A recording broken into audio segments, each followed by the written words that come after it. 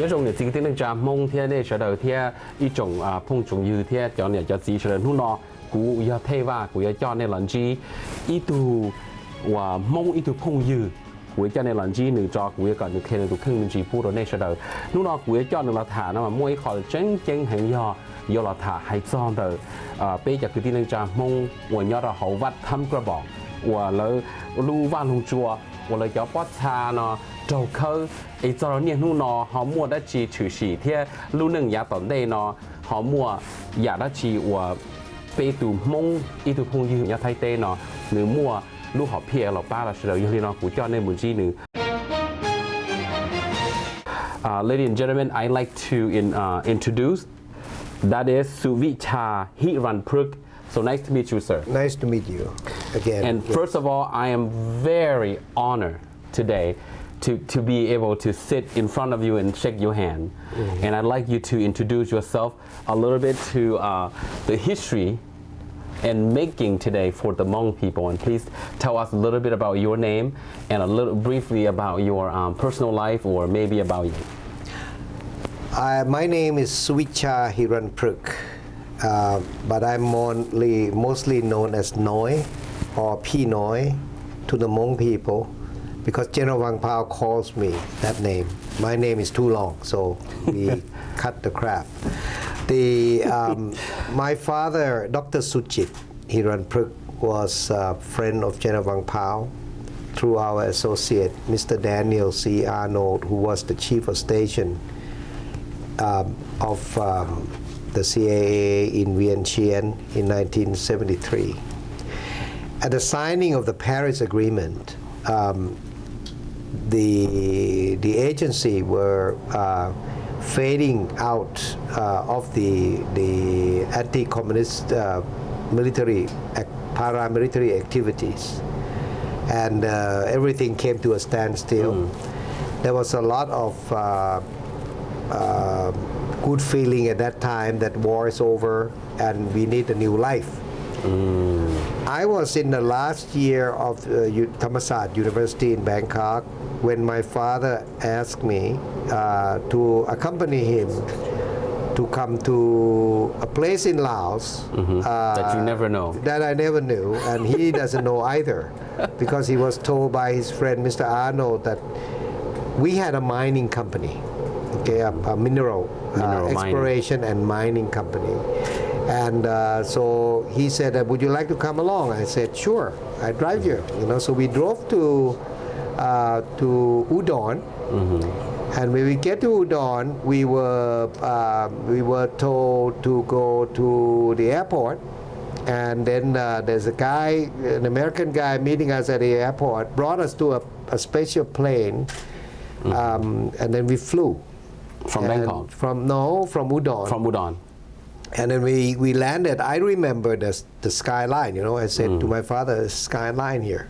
He said, yeah. So we landed.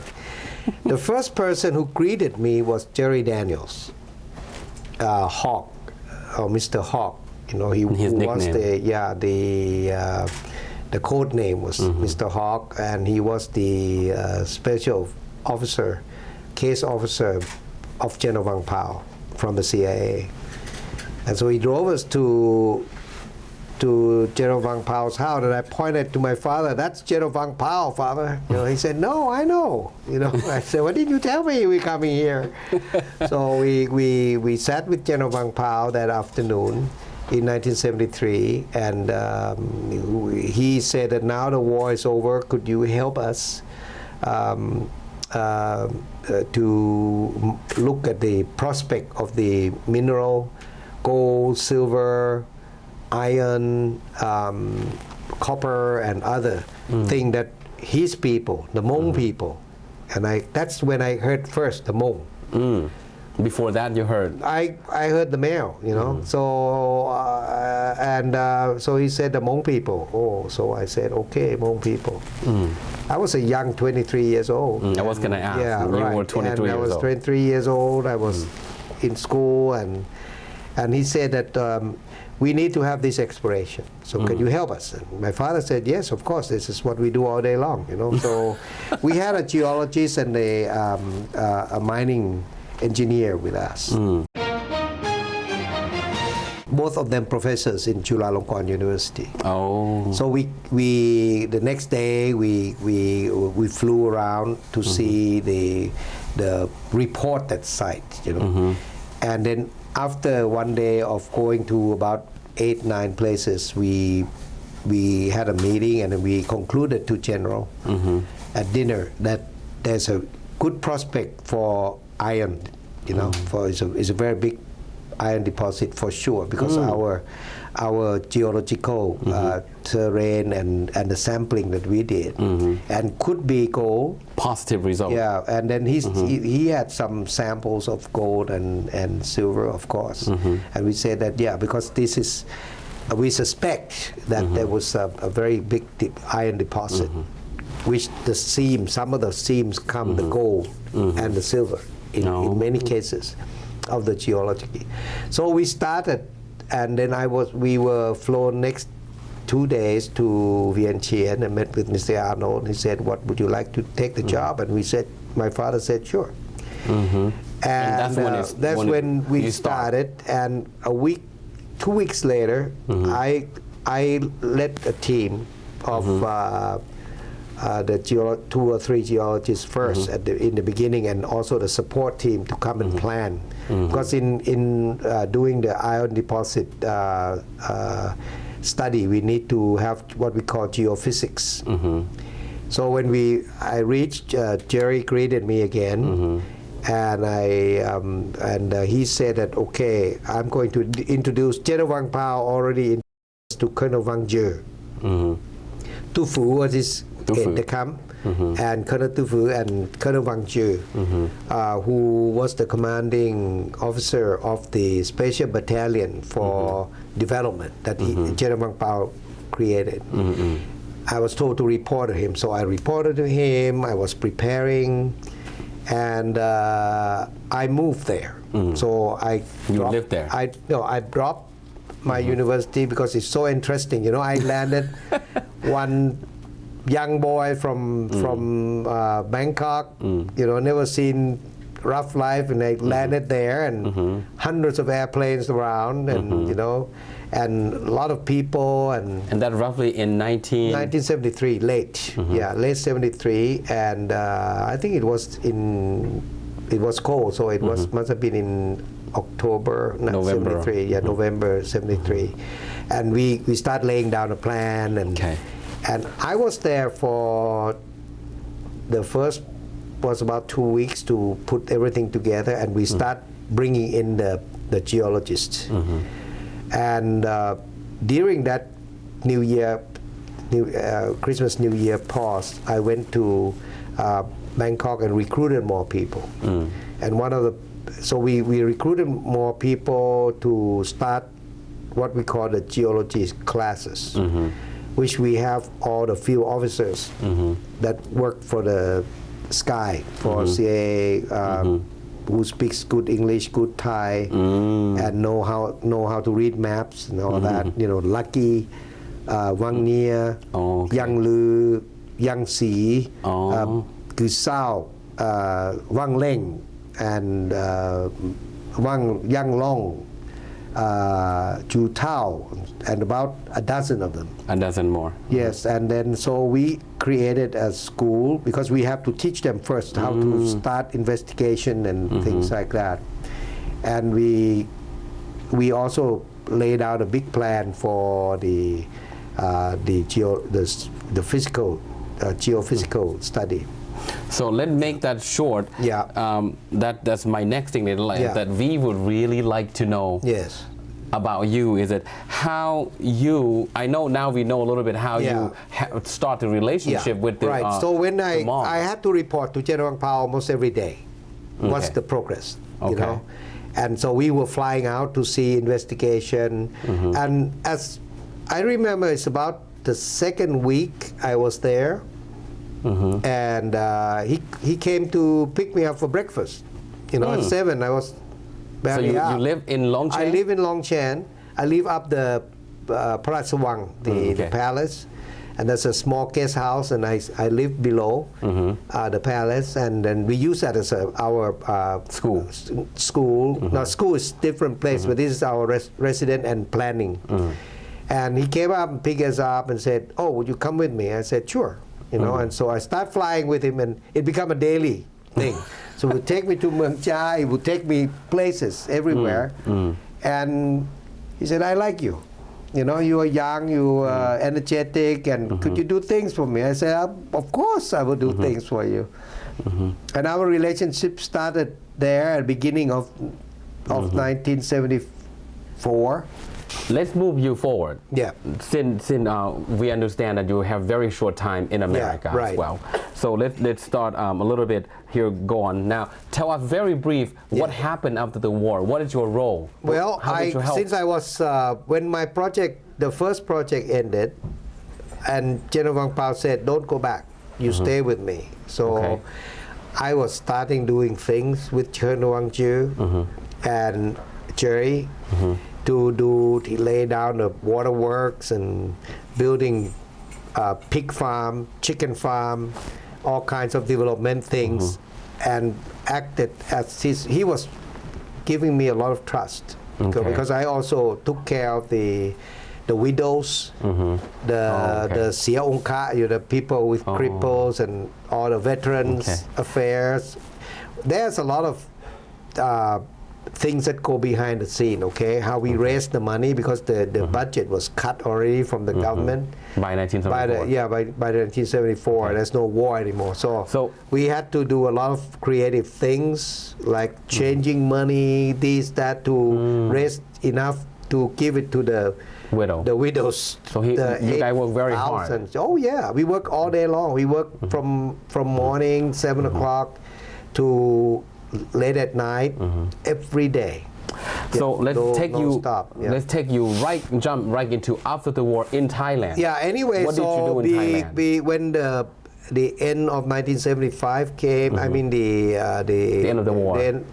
No, not the end of the war. Actually, the new war was starting. I like that. When we were attacked in Salapukun in April 1975, I accompanied General, as always, to the front. This time to the front, and remember, I'm not a soldier, And I after seeing the advances of the Vietnamese troops, this time I said to General, I said, I don't think that the American will support us anymore. He said that, and so when we were two of us together, he said that I don't trust the situation. And I think it was on the 5th of May, he said, "You better go down to Na Hai Dio, to his house and I was close to all the family." And he said, "Start moving my family out to Udon. I think we have to leave, So there are many options as well." So I started to take the first refugee, which was General Vang Pao's family, out of Laos on the 7th of May 1975. And we start flying what we call the high-risk people, like the family of the colonels and everybody out, quite openly now by that time. And General resigned from the service, and there was a big demonstration in Vientiane, and we were everything came out very short, abruptly. So we knew that we had to take him out, and we have to bring him out. So I was sent to Udon, and I never returned to Long Chien again until today. And that's it. That's it. So when you come to Udon, very very quick. I had what to was your role to organize I had to organize all the hotel rooms, the rental houses. So I organized the place to accommodate. How about Nam Pong? Talk a little bit about Nam Pong. On the 10th of May, Mr. Arnold called me, and I went to see him in Vientiane, and he said that it's final. Everything, we gotta leave. So we are making arrangement now.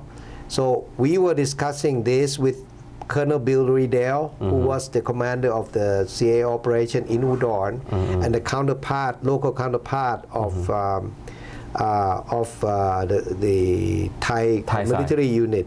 So we had a discussion, and I suggested that we move to Nampong because we won't have enough place in because there were I already have the report that time there were thousands of people on the tarmac.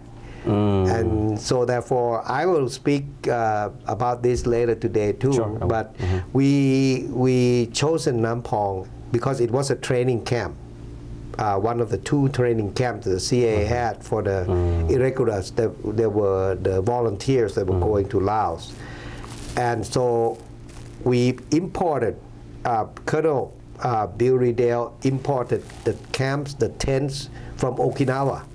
We call Okinawa, and we had the big the C-141 at that time, flying in all the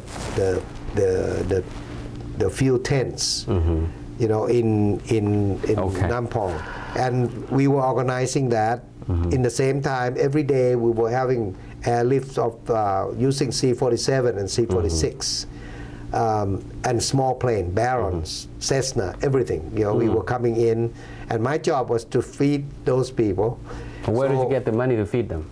Oh, of course, Jerry allocated already. You know, that time we still on the General Wang Pao's money was all of his money was with me.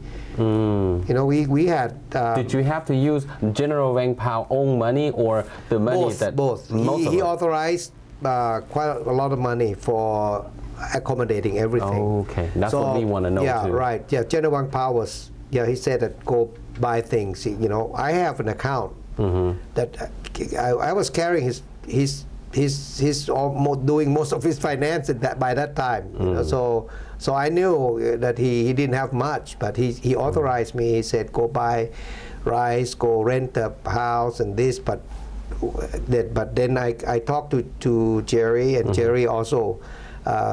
We had also funds to buy everything, you know, to buy. Sometimes it's my own money was still paid under the payroll, so we don't care. We just get things done. Just make sure that we had water. You know, at that time there's no water. We just have to make the plastic bag with water and Coke and whatever. Yeah. So now, we accommodated. We got the first C-130 flights, which is a bunch of people, and the second C-130 flight went straight to on the 14th of May to Nampong, and then we later transported them slowly to Nampong too, because they were living in a hangar at Udon Air Base. Bunch of people, 400 something. And for the people we airlifted earlier, we put them in hotels and everywhere, and so the airlifted ended in May 14, 1975, but the land people start coming in. So we were going out to Nong Khai every day. You know, we have a team, Vang Nia, Yang Lu, Yang Si, Vang Leng, and all these field officers. They were not living with their family in Nampong. They were living with me and Jerry in Udon Air Base. So we were doing that for a month at least, you know. So therefore, I stayed on until October 1975 in Udon.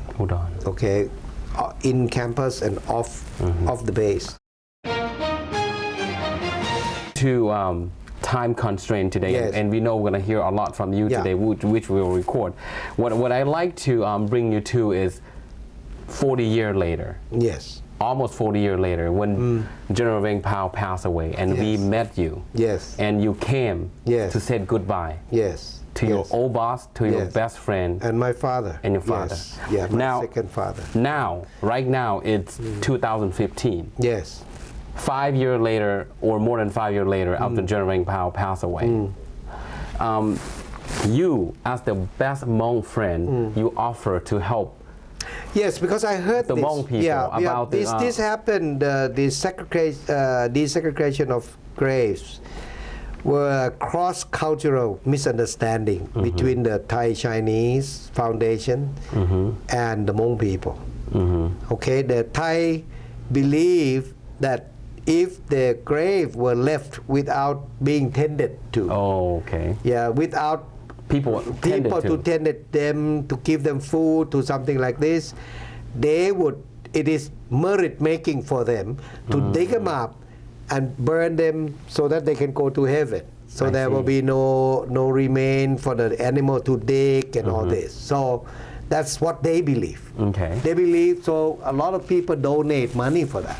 So these foundations were charitable foundation. They were given money to do this. So every year they will go to the remote places where there's cemeteries where no people tended, or when the land reclamation came that they need to be moved out because the highway was built. These people go in, give the best care, take them up, and then clean them, the bone, what they call bone cleaning, and burn them. They probably clean the valuables that goes into the burial with it too, but I don't know. I look at it on the bright side. They were trying to do their best. I see. But it is opposite of what the Hmong belief was. I heard 8 years ago or something before General died, because he sent messages to me, but I didn't get it because I was traveling so much at that time to Malaysia and Myanmar, and so.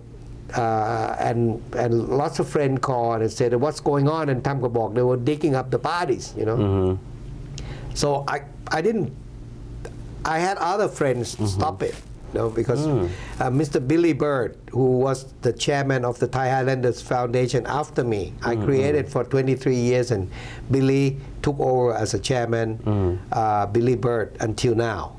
So I called Billy sent some lawyers down there, and then we stopped it. At least we stopped them burning it. So they were kept in two charity foundation now. There are about 200 something bodies. So that's a couple of years ago that was stopped. And then I got a call from Young Lu about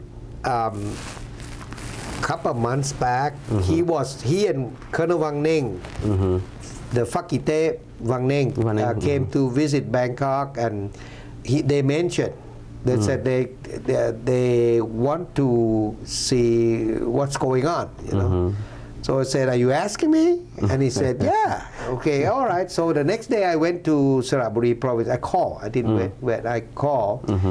And when Wang Gu, Cha Seng Wang, was in Bangkok, I took him to see the deputy governor and said, we probably have to find a solution for this. And the deputy governor pledged, okay, we will help, whatever you can. I released the body because it's mostly in Saraburi, in one foundation. So I was contacted later by Young Lu again. He said, can you help? I said, sure. What do you want me to do? And we discussed a long time, and VX Wachong, he contacted me. President Wachong, he contacted me, and we talked, and I said, in this case, do we need a new place?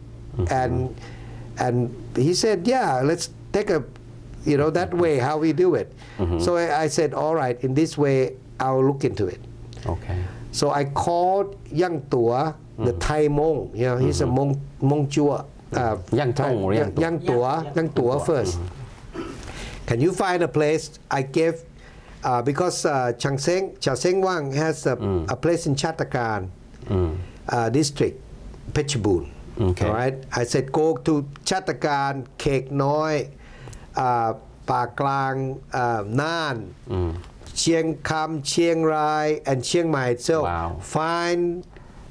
And I sent him some expenses to also ask one Mo Chui, he's a Hmong, Thai Hmong also, to go around and see. So they went on a survey about 3 months ago, and they reported. So I sent the report to Wang Chong and Wang Chong to see, you know, and then they said, let's come, and they will come. So there's one guy from France, I think he's a Hmong. Yeah, not sure. Not sure Vu. Yeah, Not sure Vu came, and Wang Chong came, and then and then Wang Tai, Colonel Wang Tai came, and so I organized them to. I called Yang Tua to take them to all these places and to find me the most suitable, and I'll take care of it.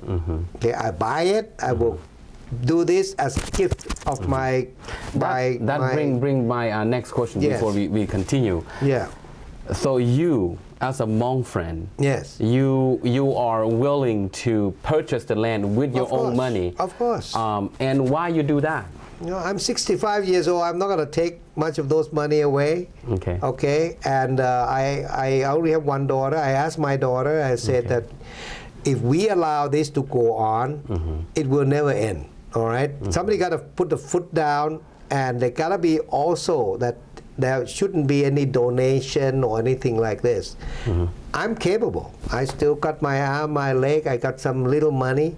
So as the token of remembrance, especially to General Wang Pao, I would do this. And when I went to Minnesota a couple of months back, I spoke to Colonel Wang Tai and other people. I said, I buy it. This is not so going to be too much money. And I give my, what you call, or else it's not going to be done. If you got to wait for money to come in, donate it somewhere, forget about it. Forget about it. Okay. You do it later, right? Okay. You do it after I deliver this token of friendship from the Thai people to the Hmong people, not mine alone, because we're going to have a lot of help from the local Thai Hmong, also local Thai people, and also many of other officers and Thai government also will have to be involved, because you have to understand, to move the bodies from one place to another is no joke. No joke. Let alone 200 something bodies. Okay, this is big deal. You got to have a good license. You have to, and also when you bury, you need a cemetery license. Right. You cannot just bury anywhere. You know, they will allow tribal people to do it sometime, and when they get dug up, they said, oh, "I'm sorry, there's no license." You know, so like this case. This case has to be everything properly done. So this is got to be properly done. I know this. Yeah, I'm an old Thai. I know this. I know I've been involved with this long time ago, and so I said, better me do it. And I forbade. I told to all these friends, no donation. My gift. Wow. If I run money, I will borrow and do this, because also I leave this world clean. I want to dedicate this to my Hmong father, General Wang Pao, who we have a lot, and many of my Hmong friends.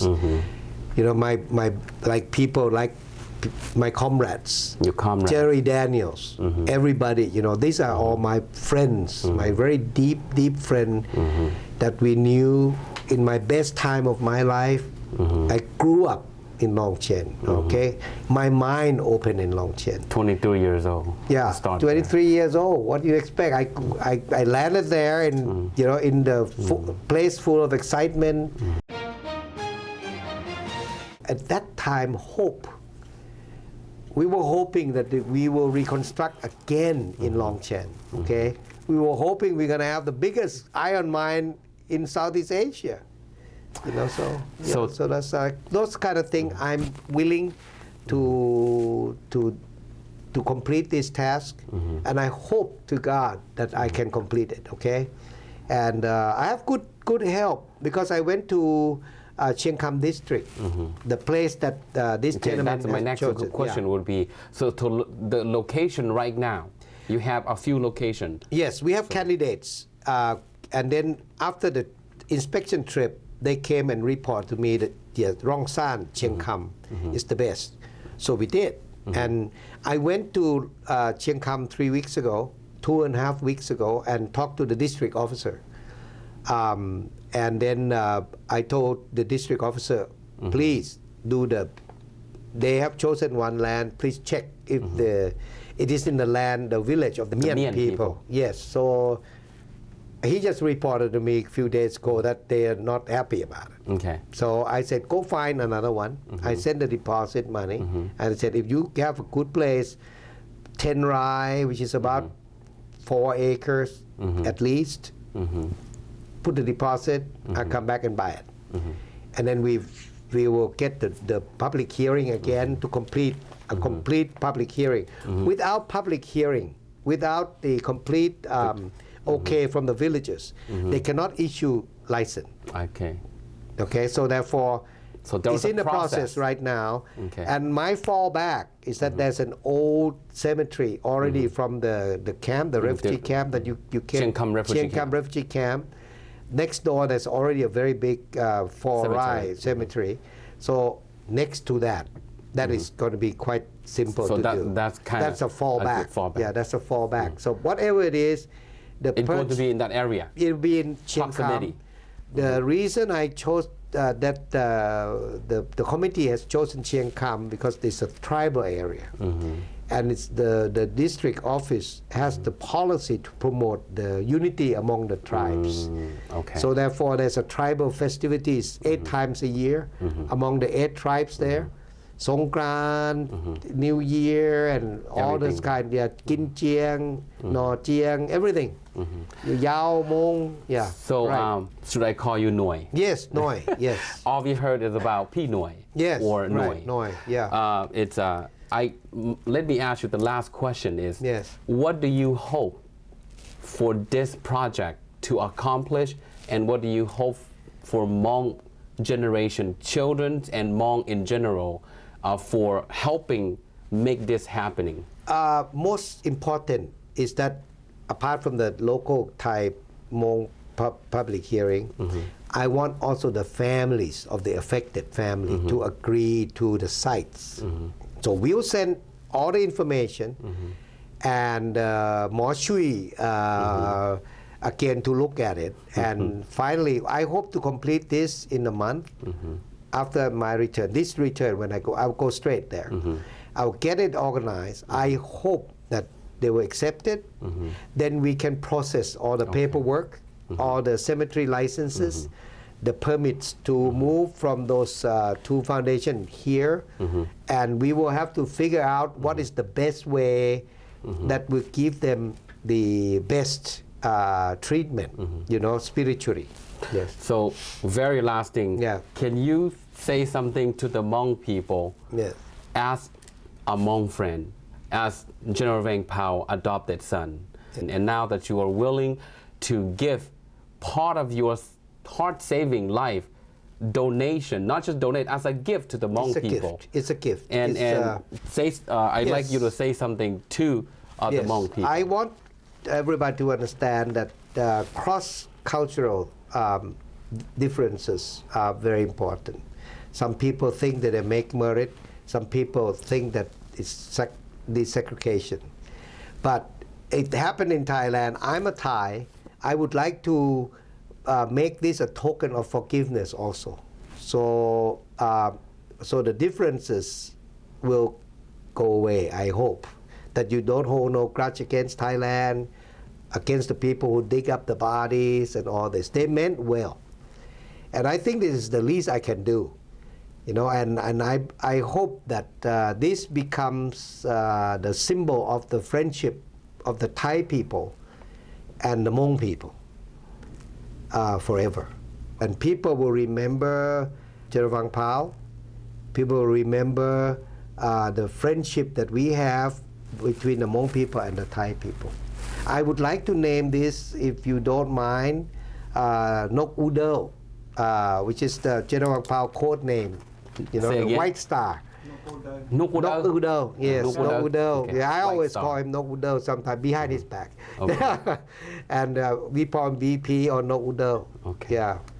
His real code was Nok Udel 125. Yeah. But so we'll call it the Nok Udel Cemetery, so that it will be remembered. It is non-politics, definitely. It's non-cultural also. I hope that everybody forgive me if I made something wrong or say something wrong, or we will do the best. We will try to do our best. Young Lu will help me at the end of this year to also put things together, and many other Hmong friends will come and get this done. The chairman, Vachon, will all do his best. At this point, please, no donation necessary, okay? And until we got everything set, and I will deliver this to you guys. All right. All right. Thank you very much. Yeah. We're going to see you there. You do the best.